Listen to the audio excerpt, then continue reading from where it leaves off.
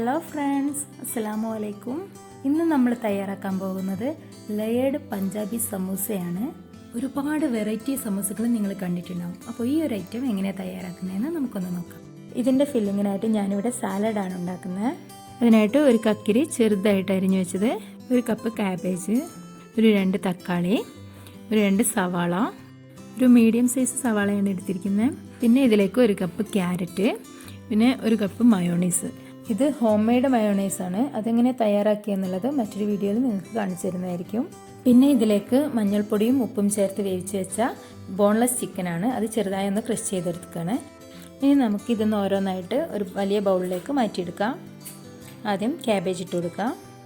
പിന്നെ ഇതിലേക്ക് അരിഞ്ഞു വെച്ച കക്കിരി ചേർത്ത് കൊടുക്കാം. ചെറുതായി അരിഞ്ഞു വെച്ച സവാള ചേർത്ത് കൊടുക്കാം.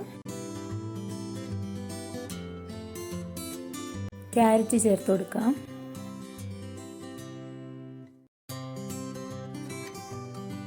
പിന്നെ ഇത് ഒരു മീഡിയം സൈസ് തക്കാളിയാണ്, 2 എണ്ണം. അതും നമുക്കിതിലേക്ക് ചേർത്ത് കൊടുക്കാം. പിന്നെ നമുക്കിതിലേക്ക് നമ്മൾ റെഡിയാക്കി വെച്ച മയോണൈസ് ചേർത്ത് കൊടുക്കാം. ഇതിൽ എരിവിനായിട്ട് കുരുമുളക് പൊടിയാണ് ചേർത്ത് കൊടുക്കുന്നത്. പിന്നെ ഇതിലേക്ക് നമ്മൾ വേവിച്ച് ക്രഷ് ചെയ്ത് വെച്ച ചിക്കൻ ചേർത്ത് നന്നായി മിക്സ് ചെയ്ത് കൊടുക്കാം. ഇനി നമുക്ക് ഇതിലേക്ക് ആവശ്യത്തിനുള്ള ഉപ്പ് ചേർത്ത് കൊടുക്കാം. ചിക്കനിൽ നമ്മൾ ഓൾറെഡി ഉപ്പ് ചേർത്തതുകൊണ്ട് തന്നെ ഒരു 1/2 ടീസ്പൂൺ ഉപ്പ് മതിയാകും. ഇനി നമുക്ക് ഇതിലേക്ക് 2 ടീസ്പൂൺ വിനാഗിരി ചേർത്ത് കൊടുക്കാം. ഒരു 1/2 ടീസ്പൂൺ കുരുമുളക് പൊടിയും ചേർത്ത് നന്നായി മിക്സ് ചെയ്തെടുക്കാം. ഇപ്പോൾ നമ്മുടെ സമൂസയ്ക്ക് ആവശ്യമായിട്ടുള്ള സാലഡ് ഫില്ലിംഗ് റെഡി ആയിട്ടുണ്ട്. ഇനി നമുക്ക് സമൂസ ഷീറ്റിന് ആവശ്യമായിട്ടുള്ള മാവ് റെഡിയാക്കിയെടുക്കാം. അതിനായിട്ട് ഞാനിവിടെ 2 കപ്പ് ഗോതമ്പ് പൊടിയാണ് എടുത്തിരിക്കുന്നത്. അതിലേക്ക് 1 ടീസ്പൂൺ ഉപ്പും 1 ടീസ്പൂൺ നെയ്യും ചേർത്ത് നല്ല തണുത്ത വെള്ളത്തിൽ ടൈറ്റിൽ കുഴച്ചെടുക്കാം. എന്നിട്ട് നമുക്കൊരു 10 മിനിറ്റ് റെസ്റ്റ് ചെയ്യാൻ വെക്കാം. ഇനി നമുക്ക് ചെറിയ ബോളുകളാക്കി ഇതുപോലെ പരത്തിയെടുക്കാം. ഒരു കത്തി വെച്ച് ജസ്റ്റ് ഇതുപോലെ ഒന്ന് മാർക്ക് ചെയ്ത് കൊടുക്കാം. ഇനി നമുക്ക് ഇതിൻ്റെ ഒരു സൈഡിൽ ഫില്ലിംഗ് വെച്ച് കൊടുക്കാം.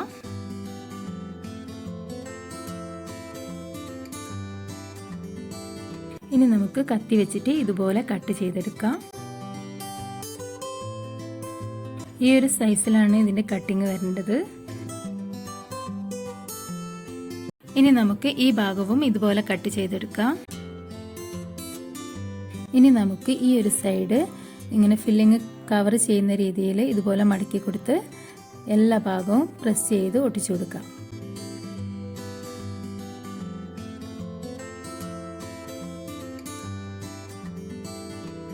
ഇനി നമുക്ക് കട്ട് ചെയ്ത് വെച്ച ഓരോ പീസുകളും എടുത്ത് മറ്റേ വശത്തേക്ക് ചേർത്തൊട്ടിച്ചു കൊടുക്കാം. അതുപോലെ ഈ വശത്തു നിന്നൊരു പീസ് എടുത്ത് ഇങ്ങനെ ഈ വശത്തേക്ക് ഒട്ടിച്ചു കൊടുക്കാം. എല്ലാ പീസുകളും ഇതുപോലെ ഫോൾഡ് ചെയ്തെടുക്കാം. ഇതുപോലെ ചെറിയ പീസുകളാക്കി കട്ട് ചെയ്താൽ തന്നെ ലെയറാക്കി എടുത്താൽ കാണാൻ നല്ല ഭംഗിയായിരിക്കും.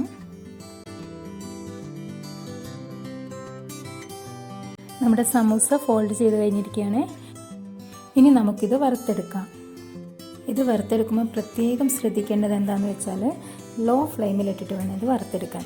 എണ്ണ നല്ല ഹൈ ഫ്ലെയിമിലിട്ട് ചൂടായതിന് ശേഷം ലോ ഫ്ലെയിമിലാക്കിയിട്ട് ഒരു ഗോൾഡൻ കളർ ആയാൽ നമുക്കിത് വറുത്ത് കോരാം.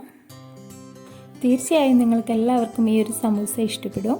നിങ്ങളെല്ലാവരും ട്രൈ ചെയ്ത് നോക്കൂ. നിങ്ങളുടെ ഫീഡ്ബാക്ക് എന്നെ കമൻറ്റിലൂടെ അറിയിക്കൂ. നിങ്ങളുടെ ഫ്രണ്ട്സിനും റിലേറ്റീവ്സിനും എല്ലാം ഇത് ഷെയർ ചെയ്ത് കൊടുക്കൂ. സബ്സ്ക്രൈബ് ചെയ്യൂ. കൂടെ ആ ബെൽ ബട്ടണോട് പ്രസ് ചെയ്തേക്കണേ. Thank you for watching.